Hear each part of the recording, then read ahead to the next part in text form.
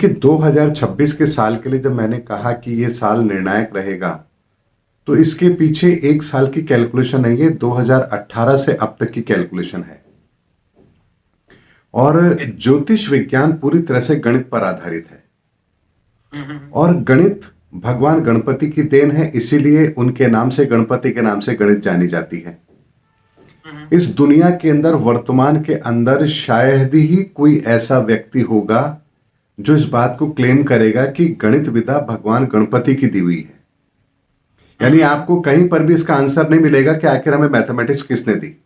शून्य का आविष्कार आर्यभट्ट ने किया, ये हमें पता है, लेकिन 1 का किसने किया, 2 का किसने किया, 3 का किसने किया, 4 का किसने किया, सिंगल डिजिट 9 क्यों होते हैं, ये सारे के सारे जो सूत्र हैं गणित के, ये आखिर बने कैसे, इनको बनाने वाला कौन है। एक ह्यूमन बीइंग, एक मानव तो इस चीज की कल्पना भी नहीं कर सकता जो मैथमेटिक्स के अंदर फॉर्मूले हैं। आज भी साइंटिस्ट उन रहस्यों को सुलझाने की कोशिश करते हैं।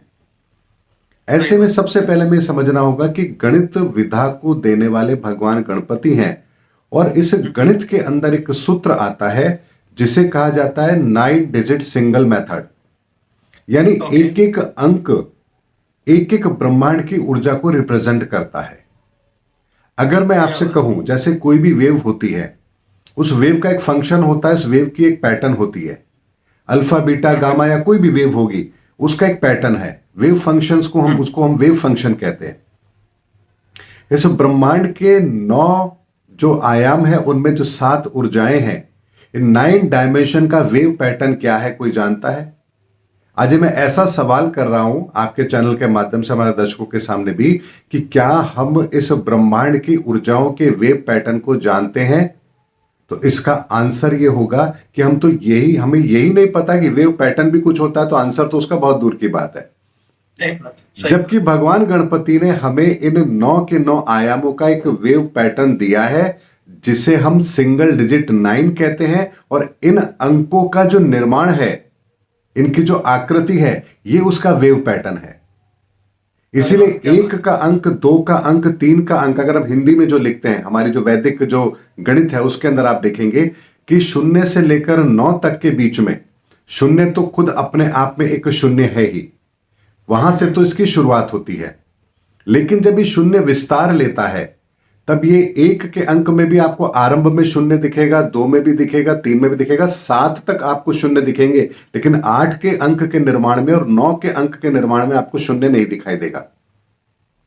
यानी ये वेव पैटर्न ऐसा है जो 7 एनर्जीज तक तो काम करता है। इस शून्य का विस्तार हमें पता लगता है कि कौन सा वेव पैटर्न एनर्जी को अपवर्ड फॉलो कर रहा है या डाउनवर्ड उसको लेकर के जा रहा है। इस वजह से ही हम इन एनर्जीज को समझ पाते हैं। और ज्योतिष विज्ञान के अंदर जब हम इन अंकों की बात करते हैं, इतने डिग्री पर, इस जगह पर, इस ऊर्जा के साथ ये कॉम्बिनेशन बनेगा तो क्या रिजल्ट होगा। हम कहते हैं कि मंगल की 3 दृष्टियां हैं, अपने से चौथी, अपने से 7वीं, अपने से 8वीं, तो क्या मंगल के आंख हैं? ऐसा नहीं है। यानी सूर्य से जो रोशनी आ रही है, उस रोशनी के अंदर भी इन 7 एनर्जीज का पूरा विज्ञान है। और इसीलिए हमारे शास्त्रों में कहा गया कि सूर्य के रथ में 7 घोड़े हैं, अर्थात 7 एनर्जीज हैं इसके अंदर। रेनबो में 7 कलर्स हम उसको रिफ्लेक्ट करता हुआ देखते हैं। तो सूर्य से जब रोशनी मंगल की तरफ जा रही है, तो मंगल प्लैनेट, उसकी दूरी और वहां का जो वातावरण है, वो सूर्य की रोशनी में से उसी तत्व को एब्जॉर्ब करता है जो उसके लिए मंगल, जिसको बनाया गया, मंगल ग्रह की रचना उसमें जिसमें काम कर रही है। वहां से ये एनर्जी जब रिफ्लेक्ट होगी, तो मंगल का जो साइज है और वो जितने अंश पर अपने झुका हुआ है, वहां से उसका रिफ्लेक्शन कितने कितने डिग्री पर होगा, इन डिग्री को हमने समझा। तो 180 डिग्री को हमने 7वीं दृष्टि माना, 120 को हमने चौथी दृष्टि माना, और 210 को हमने 8वीं दृष्टि माना। यानी इस पैरामीटर पर, इस एंगल पर ये तीनों रिफ्लेक्शन काम करते हैं। इसे हमने ज्योतिष शास्त्र के अंदर नाम दिया कि मंगल की 3 दृष्टियां हैं। यानी हर ग्रह की 7वीं दृष्टि होती है, यानी कि सामने तो 180 डिग्री पर तो उसका रिफ्लेक्शन होगा ही होगा। जैसे हम सामने देखने में तो सक्षम होते ही होते हैं, लेकिन हम दाएं बाएं भी कुछ हद तक देख पाते हैं। इसी वजह से एक बात को समझिए कि जब 2018 के अंदर से ज्योतिष विज्ञान के अंदर जब हम इसका रिसर्च करते हैं, तो मैंने उस एक पैटर्न को फॉलो किया था कि 4000 साल पिछले तक मैं गया। एक सॉफ्टवेयर मेरे पास है जिसमें मैं 4000 साल पीछे तक की जाकर कुंडली बना सकता हूं। तो मैंने देखा कि इस समय जो शनि का टेन्योर आ रहा है अगले 7 साल तक की जो रहेगा, यानी मकर के अंदर, कुंभ के अंदर, मीन के अंदर जब ये रहेंगे, तो ये कौन से कॉम्बिनेशन बना रहे हैं? यानी रहेंगे तो अपनी राशि में, तो हर 30 साल बाद में ये परिस्थितियां बनती है, लेकिन इस बार इनके 30 साल के इस टेन्योर के अंदर वो कॉम्बिनेशन कौन से आ रहे हैं जो काम करेंगे। तो मैंने यहां देखा कि जो कॉम्बिनेशन इस बार बन रहे हैं, ये कॉम्बिनेशन इतनी फ्रिक्वेंटली पिछले कब बने थे? तो मैं बैक जाता गया और उस सॉफ्टवेयर की एक लिमिट थी 4000 साल तक जाने की। मैं वहां तक गया तो मैंने देखा कि आज तक कभी कोई ऐसे पैटर्न बने ही नहीं है जो इस समय पर इन 7 सालों में बन रहे हैं, 7.5 सालों में बन रहे हैं। तब मैंने यहां पर कहा कि इस बार का जो टेन्योर है ये बहुत अलग होगा, और इस बार शनि एक ऐसा चमत्कार इस धरती के लिए करने वाले हैं जो युगों युगों में होता है। क्योंकि 4000 साल से पहले की अगर हम बात करेंगे तो फिर वो भगवान श्री कृष्ण का युग आ जाता है 5000 साल पहले। यानी भगवान श्री कृष्ण के समय पर भी ऐसा ही कोई पैटर्न जरूर बना होगा, और अब ये 4000 साल के बाद अगर अब पैटर्न बन रहा है तो ये युग परिवर्तन का समय है। इस युग परिवर्तन के समय को हमें कैसे समझना चाहिए? तो मैंने एक एक ऊर्जा के लेवल पर उसको समझा। तो मेरे सामने यहां कई मिराकल ऐसे आए कि जहां एक कॉम्बिनेशन ऐसे बन रहे थे कि इस धरती पर अब जितनी भी प्रॉब्लम्स हैं उनका समाधान जरूर होगा। यानी ऐसा हो ही नहीं सकता कि हमारी कोई समस्या रह जाए, क्योंकि इस बार का पैटर्न पूरी तरह से एनर्जी की रिफॉर्मेशन के लिए दिखा रहा है हमारे को। क्या बात। तब मैंने यहां पर कहा कि 2018 में ये सारी की सारी घटनाएं होंगी। धारा 370, ट्रिपल तलाक, राम मंदिर, ये सब कुछ सॉल्व होगा। इवन कि पूरे वर्ल्ड के अंदर भी हम देखेंगे कि जितनी भी प्रॉब्लम्स है उसका समाधान होगा। 2025 उसका पीक पकड़ेगा जब शनि मीन राशि में प्रवेश करेंगे, यानी धर्म की राशि में प्रवेश करेंगे। और 2026 के अंदर अगर हम राजा की बात करें तो वो भी बृहस्पति है। तो बृहस्पति की राशि में शनि आकर के, और अगले वर्ष जब बृहस्पति को ही राजा का पद मिल रहा है, मंगल मंत्री के पद पर रहेगा, तो यहां कुछ कॉम्बिनेशन ऐसे बन रहे हैं जो ये बताते हैं कि अब तक जो क्रियान्विति ग्रहों के आधार पर हुई है, ऊर्जाओं के आधार पर हुई है, उनको यहां पर डिकोड कर लिया जाएगा, और उसके आधार पर, धर्म के आधार पर इन चीजों को यहां पर स्टैब्लिश कर दिया जाएगा। यानी जब कोई घटना होती है तो उसका निर्णायक मोड़ कब आता है, ये पैटर्न हमें ये बता रहा है। तो 2026 का साल वो है जहां इसको अप्लाई होना ही होना है। इसको आप ऐसे समझ सकते हैं जैसे कोई भी कानून बना, संसद में बहस हुई, संसद में पास हुआ, लोकसभा में पास हुआ, राज्यसभा में पास हुआ, तो क्या कानून लागू हो गया? नहीं। राष्ट्रपति के पास जाएगा, राष्ट्रपति उस पर हस्ताक्षर कर देंगे, तब वो कानून बन जाएगा, और उसके बाद फिर पूरी की पूरी जो हमारी संवैधानिक व्यवस्था है उसके अंदर उस कानून को अप्लाई कर दिया जाएगा। ठीक इसी तरह की परिस्थिति 2026 के लिए बनी है, और इसीलिए मैंने कहा कि 2026 का साल निर्णायक होगा। और आप देखिए, जैसे ही जनवरी 2026 लगा है, ट्रंप के पैंतरे बिल्कुल अलग हो चुके हैं। अब तक जो टैरिफ कर रहे थे वो, अब उन्होंने तो देश के राष्ट्रपतियों को भी उठाना शुरू कर दिया। तो ये एक ज्योतिष विज्ञान ऐसा विज्ञान है जिसके बारे में मैं क्या कहूं। आपने वराहमिहिर जी के बारे में कहा था, वराहमिहिर जी तो स्वयं बहुत बड़े ज्योतिषाचार्य थे, और इस ज्योतिष के विज्ञान को जो समझ लेगा वो ब्रह्मांड के उन सूत्रों को समझ लेगा जिससे हम आने वाले भविष्य के अंदर ऊर्जाओं का कौन सा पैटर्न बनता है, ये पैटर्न किस तरह की घटनाओं को जन्म देगा। चूंकि यही ऊर्जाएं हमारे शरीर के भीतर भी काम कर रही हैं, तो ये पैटर्न हमें किस तरह के कर्म करने के लिए प्रेरित करेगा। हम वही कर्म करेंगे, हमारी सोच उसी दिशा में होगी, इस धरती पर उसी तरह का विज्ञान जन्म लेगा, उसी तरह के इन्वेंशन होंगे, और हमारी प्रगति भी उसी दिशा में होगी, क्योंकि हर चीज ऊर्जाओं के लेवल पर होती है। और ऊर्जाओं से पहले की एक दुनिया होती है जिसे हम क्वांटम दुनिया कहते हैं। साइंस तो आज तक अभी तक वहां पहुंच पाया है, उसने अभी तो केवल दस्तक दी है, लेकिन ये पूरा का पूरा ब्रह्मांड एक क्वांटम फिजिक्स पर काम करता है। वहां पर पहले चीजें एक्टिव होती हैं, उसके बाद ऊर्जाओं के लेवल पर वो पैटर्न ड्रॉ होते हैं।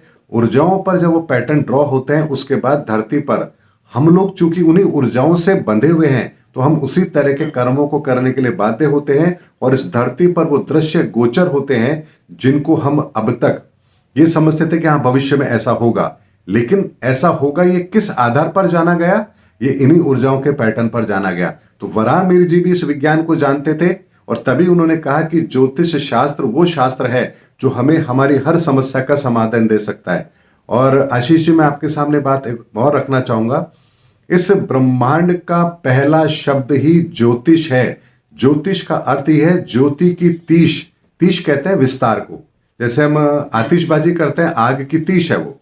इसी तरह से ज्योति की तीश ज्योतिष, यानी इस ब्रह्मांड की बिग बैंग थ्योरी के साथ जो ज्योति प्रकट होती है और वो जब विस्तार लेती है, उस विस्तार के साथ में जो विज्ञान प्रकट होता है, इसे हम ज्योतिष कहते हैं।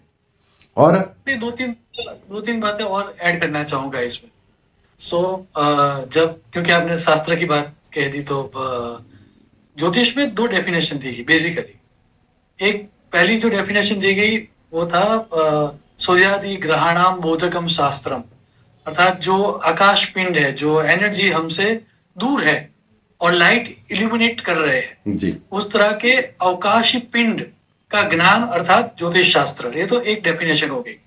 लेकिन दूसरी डेफिनेशन जो थी बड़ी इंटरेस्टिंग डेफिनेशन थी, और वो ये थी कि हमने पिछले जन्मों में जो कर्म किए हैं, यदु उपचितम अन्य जन्मनि, उस कर्म को उजागर करने का जो शास्त्र है, अर्थात मैंने जो कर्म किए हैं वो हमें अभी विदित तो है नहीं जी, या फिर हमारे शरीर के अंदर जो ऊर्जा पिंड है जिसको कहा गया चक्र जी, उसका जो ज्ञान कराए, हमारे कर्मों का जो ज्ञान कराए, उसके ऊपर जो लाइट डाले, वो ज्योतिष शास्त्र। तो नाउ ज्योतिष शास्त्र की डेफिनेशन जब मैं समझता हूं तो मुझे लगता है दैट ये it's a combination of both. एक ऐसा साइंस जो बाहर की लाइट को उस तरह, सो यत ब्रह्मांड तत्पिंडे का जो सिद्धांत है हमारा कि बाहर जो है सो अबाउ एज बिलो, वही सिद्धांत को आज मैं जब मुझे किसी को सिखाना होता है ज्योतिष शास्त्र, तो मेरी खुद की डेफिनेशन अभी मैं ये बताता हूँ कि दैट इट्स ए, ऐसा समझ के चलो कि ऐसा कोई साइंस है जो ये दिखाता है कि ऊपर जो मोमेंट हो रही है उसकी मेरे पर क्या इफेक्ट होगी। यदि इस डेफिनेशन को पकड़े और यदि कोई 3 प्रिडिक्शन आपको देने हो 2026 के लिए, जो आपने अभी तक संभाल के रखे हैं कि ये मैंने कहीं पर कहे नहीं है, और आपको बताना हो तो वो क्या हो सकते हैं? देखिए, एक बात मैं यहाँ पर जरूर आपसे कहना चाहूंगा कि जब हम ज्योतिष शास्त्र की बात करते हैं, ज्योतिष शास्त्र जो इस खगोलीय घटना को हम देखते हैं, आकाश में जो 7 ग्रह हैं जो घूम रहे हैं और उसके आधार पर जो ये परिस्थितियां बनती हैं, लेकिन अगर हम इस केवल सौर परिवार को देखें तो ये तो इस अखंड ब्रह्मांड का एक बहुत छोटा सा हिस्सा है। अगर यहां पर कोई नियम लागू हो रहा है तो संपूर्ण ब्रह्मांड पर कौन सा नियम लागू हो रहा है? क्या जो संपूर्ण ब्रह्मांड पर नियम लागू हो रहा है, क्या वही हमारे इस सौर परिवार पर लागू हो रहा है? क्या जो सौर परिवार पर लागू हो रहा है, क्या वही हमारे शरीर के अंदर भी लागू हो रहा है? अगर हम ज्योतिष को केवल इन 7 गोलों तक सीमित कर दें तो फिर बताइए, यहां पर ब्रह्मा विष्णु महेश त्रिदेव देवता, देवताओं का आवाहन, इन सब का पैरामीटर हम कैसे तय करेंगे? तो यहां पर एक बात हमें समझनी है कि चूंकि हम मनुष्य योनि के अंदर इस धरती पर हैं, तो हमें अपने जीवन को यापन करने के लिए, जीवन यापन के लिए, हमारे जीवन के अंदर बेहतर व्यवस्था को करने के लिए जिस शास्त्र को हमारे बीच में रखा गया वो ज्योतिष शास्त्र के रूप में रखा गया। लेकिन यहां भी तो हमने 3 पार्ट कर दिए इसके, सिद्धांत, संहिता और होरा। तो होरा का पार्ट जो है वो हमारे लिए है। फिर यहां जब कर्म सिद्धांत की बात आती तो जो कर्म आपने पिछले जन्म में किया, इस किसी शरीर के द्वारा किया, वो शरीर वहां नष्ट हो गया। शरीर के नष्ट होने के बाद भी वो कर्म नष्ट क्यों नहीं हुआ? अगर वो कर्म संचित रहा तो किस रूप में रहा? तो यहां कौन सा ऊर्जाओं का विज्ञान काम कर रहा है? और जो ऊर्जाओं का विज्ञान काम कर रहा है, तो इस जन्म में जब आपके माता पिता अलग हैं, आप किसी अलग गर्भ से जन्म ले रहे हैं, अलग जाति अलग कुल में जन्म ले रहे हैं, तो यहां फिर वो आपके पिछले जन्म के कर्म आपको किस तरह से वापस से पकड़ रहे हैं? आप उनको भोगने के लिए बाध्य क्यों हैं? यानी हमारे कर्म किसी न किसी तरह से ऊर्जाओं का निर्माण करते हैं। ये ऊर्जाओं का पैटर्न ब्रह्मांड में घूमता है, ये कभी नष्ट नहीं होता। और यहां पर क्वांटम फिजिक्स का एक नियम लागू होता है, पार्टिकल एंटेंगलमेंट का। यानी जो कर्म आपने कर दिया, जिन ऊर्जाओं का निर्माण आपने कर दिया वो सदा सदा के लिए वो पैटर्न ब्रह्मांड में रहेगा। और आप चूंकि जब अगले जन्म के अंदर आते हैं, चाहे आपने किसी भी माता पिता के गर्भ से जन्म लिया हो, तब आप जो कार्य कर रहे होते हैं और जिस तरह से आप कार्य करके नवीनतम ऊर्जाओं का निर्माण करते हैं, ब्रह्मांड के अंदर पिछली ऊर्जाओं का जो आपने निर्माण किया है वो सीधे सीधे इंटेंगल होता है आपके कर्मों से, और आपको वो कर्मफल भोगने के लिए बाध्य होना पड़ता है। तो ज्योतिष विज्ञान होरा शास्त्र से बहुत आगे का विज्ञान है। ज्योतिष विज्ञान तो हमें यह तक बता देता है कि ब्रह्मा विष्णु महेश की उत्पत्ति के पीछे कौन सा विज्ञान काम कर रहा है। यानी अगर ज्योतिष के सिद्धांत बने तो उनके पीछे नियम कौन से हैं, संहिता बनी तो उसके पीछे नियम कौन से हैं, और होरा शास्त्र के पीछे के नियम कौन से हैं। तो जब हम किसी के कुंडली के अंदर देखते हैं ये योग बना, ये योग बना, इसके साथ में ये होगा, ये तो होरा शास्त्र के नियम है। संहिता शास्त्र के नियम के अंदर फिर पराशर संहिता और बहुत सारी संहिता, रावण संहिता है। लेकिन सिद्धांत यानी कि ये सूर्य है, पृथ्वी इतने चक्कर लगाएगी, इतने समय में इसका एक चक्कर पूरा होगा, ये सिद्धांत किस आधार पर काम करता है। तो ज्योतिष शास्त्र तो बहुत बड़ा है, हम जितना जानते हैं वो तो सागर की एक बूंद के समान है। लेकिन इसी आधार पर यदि मैं बात करूं, सागर की बूंद भी बहुत बड़ी बात है, उससे भी कम थोड़ा। जी जी जी, तो एक बूंद भी बहुत बड़ी होगी, हम तो उससे भी कम जानते हैं। लेकिन इस ज्योतिष विज्ञान को समझने के लिए जो सरलतम सूत्र हमें दिए गए भगवान गणपति के द्वारा, वो 7 एनर्जीज का सिद्धांत है। अगर इस सिद्धांत को हम समझ लेंगे तो हमें सब समझ में आ जाएगा। और 7 एनर्जीज का जो सिद्धांत है उसी को शब्दों के माध्यम से अगर समझना चाहें तो उसे कहा जाता है सनातन। यानी सातों ऊर्जाओं से व्याप्त ये संसार, यही है सनातन। और इसीलिए हम सनातन को कहते हैं कि शाश्वत है। शाश्वत का मतलब होता है जो सृष्टि के आरंभ से है और अनंत काल तक रहेगा। तो आरंभ में तो हम नहीं थे, पृथ्वी भी नहीं थी, सूर्य भी नहीं था, ये तो बहुत बाद में बने हैं। तो तब सनातन था तो कैसे था, और अनंत काल तक कैसे रहेगा। यानी इस संसार की उत्पत्ति के साथ ही ऊर्जाओं का विज्ञान काम करता है, नियम काम करता है। वो नियम ही सनातन है जो हमारे साथ भी जुड़ा है, एक पदार्थ के साथ भी जुड़ा है, हर गति के साथ जुड़ा है। और इसीलिए हम कहते हैं कि परमात्मा कण कण में है। इसीलिए जब हम कोई प्रिडिक्शन करते हैं ज्योतिष विज्ञान के अंदर, तो हमें यह समझना होता है कि हम जो प्रिडिक्शन कर रहे हैं ये किस आधार पर है। क्या ये प्रिडिक्शन एक व्यक्ति के लिए है, क्या ये प्रिडिक्शन किसी देश के लिए है, या ये प्रिडिक्शन संपूर्ण मानव जाति के लिए है। तो जो 2026 की प्रिडिक्शन मैं आपके इस चैनल पर पहली बार कह रहा हूं, वो मैंने आज से पहले कभी कहीं नहीं कही। वो ये है कि जो इस समय 2026 के अंदर परिवर्तन होने जा रहा है, माफ करना, जो होने जा रहा है नहीं, हो रहा है, वो संपूर्ण ब्रह्मांड के लेवल पर हो रहा है। संपूर्ण ब्रह्मांड के लेवल पर एक नए पोर्टल को 30 मार्च 2025 को खोल दिया गया है। 4th डायमेंशन क्लोज हो रही है, 5th डायमेंशन ओपन हो रही है। और 5th डायमेंशन जब ओपन होगी, यानी 30 मार्च को ओपन हो चुकी है और अब ये खुल रही है धीरे धीरे, हम संधि काल में हैं, तो इस ब्रह्मांड के अंदर उन ऊर्जाओं का, नवीनतम ऊर्जाओं का निर्माण हो रहा है जो इस धरती पर ही नहीं, संपूर्ण ब्रह्मांड के अंदर एक नए पैटर्न को हमारे सामने लाने वाली है। और इसीलिए इस 2026 के बाद से अगले 2 से 3 सालों के अंदर हम इस ब्रह्मांड के उन रहस्यों को जान पाएंगे जिन रहस्यों को हमारे ऋषि मुनियों ने भी केवल सांकेतिक रूप में जाना समझा, संपूर्ण विज्ञान के तौर पर हम पहली बार अब जानेंगे।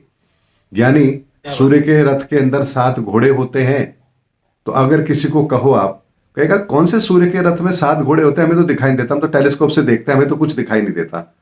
तो यहां उनका एक सांकेतिक अर्थ था कि सूर्य से निकलने वाली किरण, उस किरण के अंदर भी 7 एनर्जीज का कॉम्बिनेशन, और इसीलिए उन्होंने कहा कि 7 घोड़े, यानी कि उस ऊर्जा को गति देने का काम, उसके अंदर उस विविधता को लाने का काम जो ऊर्जा करती है, इस विज्ञान को सनातन विज्ञान कहते हैं। और इसकी संपूर्ण परिभाषा हमारे सामने 2026 के अंदर आएगी, और ये दुनिया का वो परिवर्तन होगा जो वर्तमान के आधुनिक विज्ञान को भी नए सिरे से परिभाषित करेगा। और क्वांटम जगत की हम उस दुनिया में प्रवेश करेंगे जिस दुनिया में प्रवेश करने के बाद हम इस संपूर्ण विज्ञान को, ज्ञान को, सनातन को, धर्म को इतने बेहतर तरीके से परिभाषित कर पाएंगे कि जहां मिलावट की फिर भविष्य में कोई गुंजाइश होगी ही नहीं।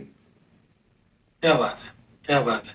सो कुल मिला के हम not only earth level but पूरे ब्रह्मांड के लेवल पर एक नए युग की तरफ जा रहे हैं, नई जी तरह के ट्रांजिट फेज की तरफ जा रहे जी हैं। बिल्कुल। इट रिमाइंड्स मी, ये तो बात हुई ब्रह्मांड की, लेकिन यदि ये रिसेट हो ही रहा है तो क्या 2026 में कोई फाइनेंशियल रिसेट भी होगा? क्या कोई आर्थिक मंदी आएगी, ऐसा आपको दिख रहा है? जी 100% ऐसा होगा।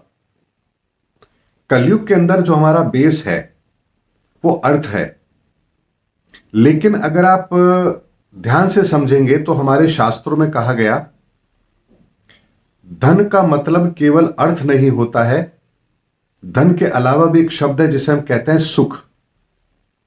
सुख धन से नहीं खरीदा जाता। सुख एक आनंद है, एक अनुभूति है जो आप स्वयं अपने भीतर करते हैं। ऐसे में ये जो सुख की प्राप्ति होती है ये हमें ऊर्जाओं के लेवल पर होती है, और धन हमें भौतिक संसाधन देता है। तो जब हम धन के द्वारा जो चीज नहीं खरीदी जा सकती और जो सबसे ज्यादा कीमती है उसको खरीदने के लिए हमें किस पूंजी की आवश्यकता है, अगर ये चीज हमें पता लग गई तो क्या हम उस सुख को नहीं खरीदना चाहेंगे? 100% खरीदना चाहेंगे, क्योंकि ये जो सुख है ये वो पूंजी है जो हमें इतनी आसानी से नहीं मिलती है। इसे कर्मों के आधार पर हमें कमाना पड़ता है, और जिस चीज को कमाना पड़ता है उस चीज के लिए कर्म कौन सा अनिवार्य है, वो कर्म करते समय आपको कौन सी सावधानियां रखनी है, किस सावधानी के बाद में वो कर्म जब फलित होता है तो आपको उन ऊर्जाओं के साथ जोड़ता है जहां से आपको सुख की प्राप्ति होती है। इसीलिए आप देखिए, जब भी हम सुख की कामना करते हैं तो हम ईश्वरीय ऊर्जाओं का आवाहन करते हैं, यज्ञ करते हैं। यज्ञ के पीछे कामना क्या होती है? सुख की प्राप्ति। तो हम अगर सुख की प्राप्ति कर रहे हैं तो वो तो ईश्वरी के द्वारा देह है, यानी कि ईश्वरीय शक्तियों के द्वारा हमें मिलेगी। और ईश्वरीय शक्तियों का आह्वान कैसे किया जाता है? ईश्वरीय शक्तियां इस धरा पर काम कैसे करती हैं, उनका रूप स्वरूप क्या है, उनका आकार कैसे है, ये बहुत सारे ऐसे विज्ञान हैं जो अभी हमने जिनके बारे में जाना ही नहीं है। और जब हम इस विज्ञान के बारे में जानेंगे तो हमें पता लगेगा कि जिस धन के पीछे हम भाग रहे हैं ये तो केवल और केवल वो मिट्टी है जिस मिट्टी से हम सने हुए पड़े थे, लेकिन अब हमें इस मिट्टी को अपने शरीर से उतारना है और उस सुख के पीछे जाना है जो सुख शाश्वत है। तब सोचिए कि इतना बड़ा परिवर्तन अगर इस धरती के लिए आ रहा है तो इसमें धन की क्या स्थिति रहेगी? ये ठीक वही स्थिति होगी जैसे आप किसी मकान में रहते हैं, 100 साल पुराना मकान हो गया, आप उस जगह पर आप एक नया मकान बनाना चाहते हैं, तो क्या आप उस मकान को नहीं तोड़ते? तोड़ते हैं, अपने हाथों से तोड़ते हैं। उस समय आप ये नहीं कहते अरे इस मकान में तो मेरे दादाजी रहे थे, इस मकान में तो मेरी यादें हैं, इस मकान में तो मेरा बचपन बीता है। आप किसी चीज की परवाह नहीं करते, आप उस मकान को तोड़ देते हैं और उस जगह पर एक नया एक मकान खड़ा कर देते हैं। ठीक इसी तरह से हम भी, जो हमारी जो इस समय की अर्थव्यवस्था है जो धन के ऊपर टिकी हुई है, संपूर्ण मानव सभ्यता इस समय पर धन के पीछे भाग रही है। ये सारे के सारे पैरामीटर बदलेंगे और ये धरती, इस धरती के लोग अब सुख के पीछे जाएंगे। वो सुख जो शाश्वत है, जिस सुख को एक बार अगर आप प्राप्त कर लें तो फिर किसी और चीज को पाने की कामना नहीं रहती है। तो आप सोचिए कि इतना बड़ा परिवर्तन अगर पोर्टल पर हो रहा है, ऊर्जाओं के लेवल पर हो रहा है, तो उसके परिणाम कितने सुखद होंगे। तो ये तो डिमोलिश होगा ही होगा। इस बात को उदाहरण से समझना चाहें तो ऐसे समझिए, सतयुग के अंदर जो तत्व काम करता है वो धर्म का काम करता है, सत्य का काम करता है।